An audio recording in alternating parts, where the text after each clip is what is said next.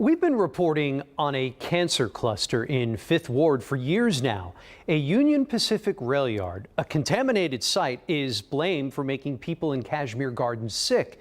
Residents living in those areas say the company isn't doing enough to keep them safe from those harmful chemicals. Now, a new push could lead to a new lawsuit against Union Pacific, which currently owns the site.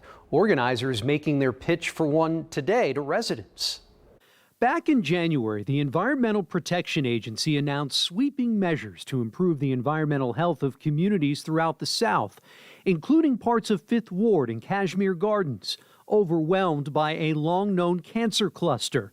Today, a new plan to deal with the contamination. Instead of seeking money or damages on behalf of residents, this new legal approach would use a federal law to force Union Pacific to do more to clean up the chemicals at a contamination site, which was used to clean rail ties with creosote, a well-known cancer-causing chemical.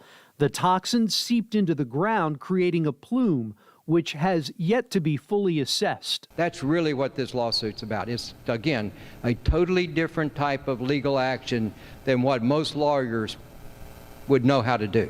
Bayou City Initiative, a nonprofit environmental justice organization, is behind the latest push to apply more pressure to Union Pacific to expedite the cleanup and remediate the site by requiring them to go beyond what's included in Union Pacific's proposal to the TCEQ. This creosote is hard to remove, so it's not going to disappear magically. They held a meeting this morning for impacted residents and were joined by representatives from city, county, and state government leaders to build support for a lawsuit.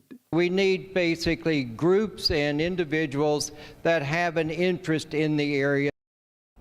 Now, back in January, we reported that a timeline for approval of a cleanup plan has not been established.